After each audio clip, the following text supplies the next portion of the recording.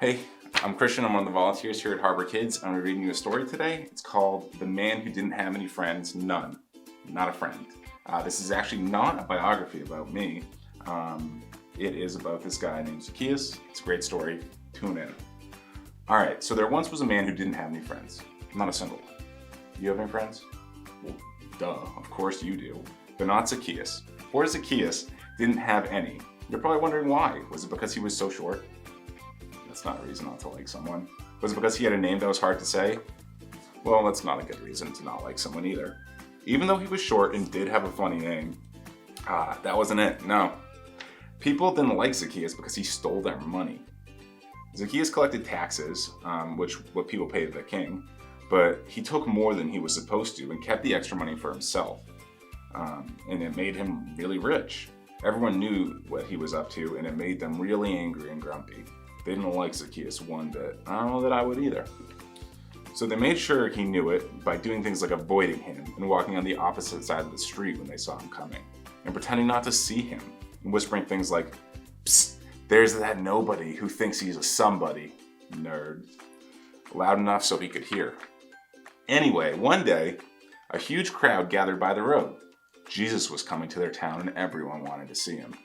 Zacchaeus wanted to see Jesus too, but everyone was tall, and like we said, Zacchaeus was short. He tried jumping up and down, but that didn't work. He couldn't see a thing, just the back of everyone else's heads. Luckily, Zacchaeus had a good idea. "I'll climb that sycamore tree," he said. So he did.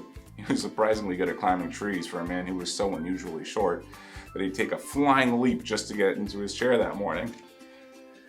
From the tree, Zacchaeus had the perfect view all the way down the road. Another minute, and suddenly, Jesus was at the tree. He stopped and looked up.